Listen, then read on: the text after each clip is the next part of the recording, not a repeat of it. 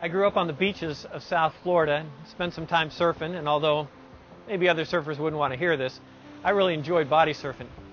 I can remember a time when some buddies of mine and I went to Riviera Beach. There were some huge waves coming in, and I rode one in, and in the end got pounded. I mean, absolutely torn up in the surf. And I remember as I got out of the water, I wasn't surprised. I mean, if you're going to surf, there's just part of that is you can expect wipeouts. It just goes with the territory. Well, when we come to 1 Peter, Peter wants us to understand that if we're going to follow Jesus, there's something that just kind of goes with the territory. And that something is suffering. Hey, Jesus suffered, so why should we expect not to suffer as well? And in the midst of this, Peter says, hey, when it happens, here's what I want you to do. I want you to rejoice. And that's going to sound a little strange to us.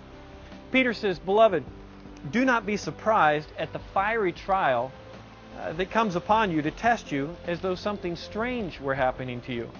But rejoice insofar as you share in Christ's sufferings, that you also may rejoice and be glad when His glory is revealed. And I find it so interesting that on one hand He's talking about suffering, and in the very next line He's talking about rejoicing.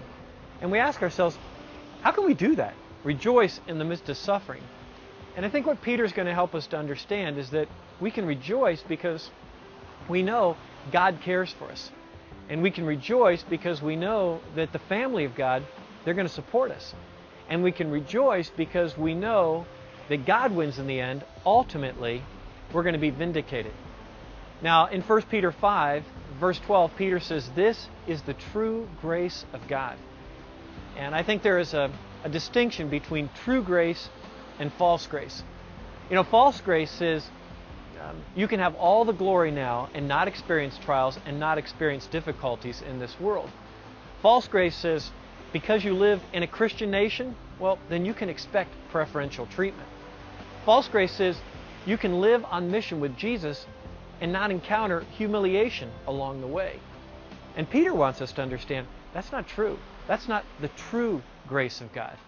The true grace of God is Jesus suffered, we're going to suffer as well.